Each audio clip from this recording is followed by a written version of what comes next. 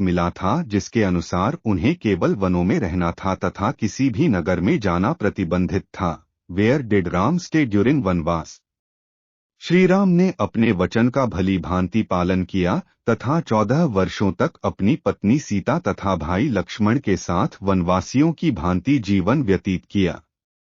इस दौरान वे भारत के उत्तरी तट से लेकर दक्षिणी तट तक गए। श्री राम वनवास में कहाँ गए? इसलिए आज हम भगवान श्री राम के वनवास का मार्ग तथा इस दौरान वे कहाँ रुके और क्या कार्य किए, इसके बारे में विस्तार से जानेंगे। भगवान श्री राम को 14 वर्षों का कठोर वनवास मिला था जिसके अनुसार उन्हें केवल वनों में रहना था तथा किसी भी नगर में जाना प्रतिबंधित था।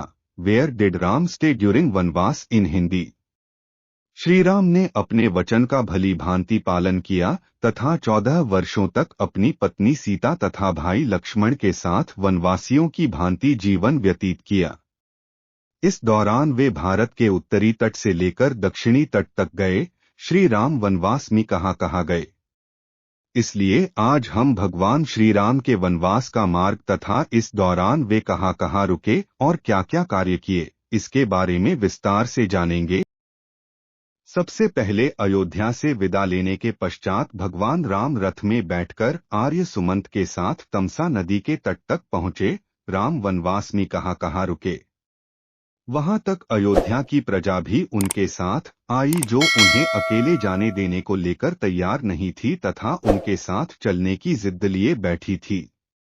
इसलिए उस रात श्री राम ने अपना डेरा तमसा नदी के तट पर ही डाला तथा सूर्योदय से पहले अयोध्या की प्रजा को बिना जगाए सीता, लक्ष्मण तथा सुमंत के साथ कौशल देश की नगरी से बाहर निकल गए।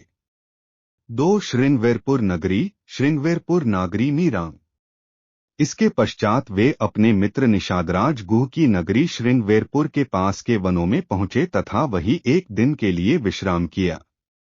उनके मित्र गुह ने उनका बहुत आदर सत्कार किया। अगले दिन उन्होंने सुमंत को रथ लेकर अयोध्या लौट जाने का आदेश दिया तथा वहां से आगे पैदल ही यात्रा करने का निर्णय किया। फिर उन्होंने केवट के सहारे गंगा नदी को पार किया तथा उस पार कुरई गांव उतरे।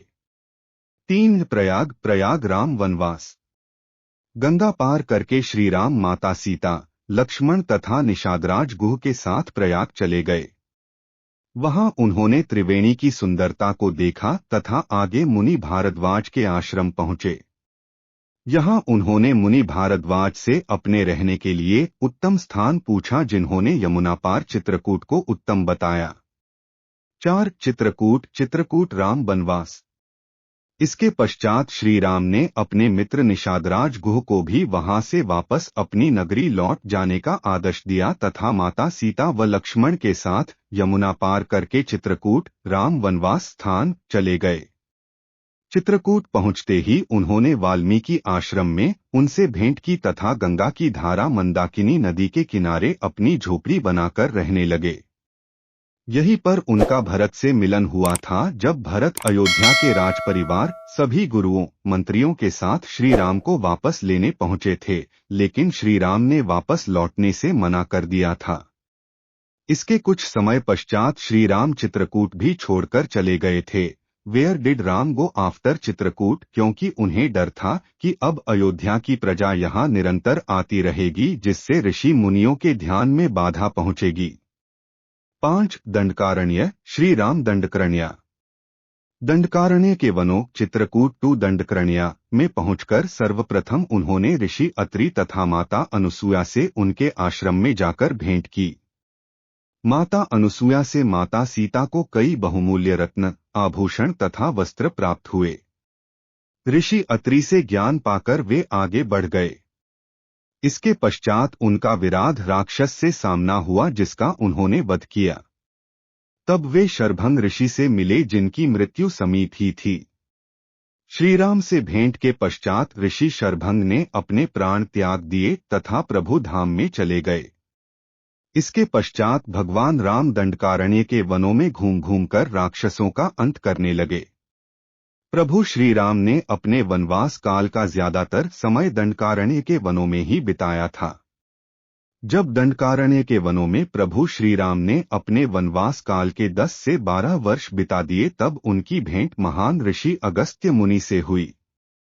अगस्त्य मुनि ने श्री राम को उनका अगला पड़ाव दक्षिण में गोदावरी नदी के किनारे पंचवटी में बनाने को कहा। अगस्त्य मुनि से आज्ञा पाकर श्री राम पंचवटी के लिए निकल गए। 6 पंचवटी, पंचवटी रामायण इन हिंदी। अब श्री राम गोदावरी नदी के किनारे पंचवटी में अपनी कुटिया बनाकर रहने लगे, जहां उनकी भेंट जटायु से हुई। जटायु उनकी कुटिया की रक्षा में प्रहरी के तौर पर तैनात रहते थे।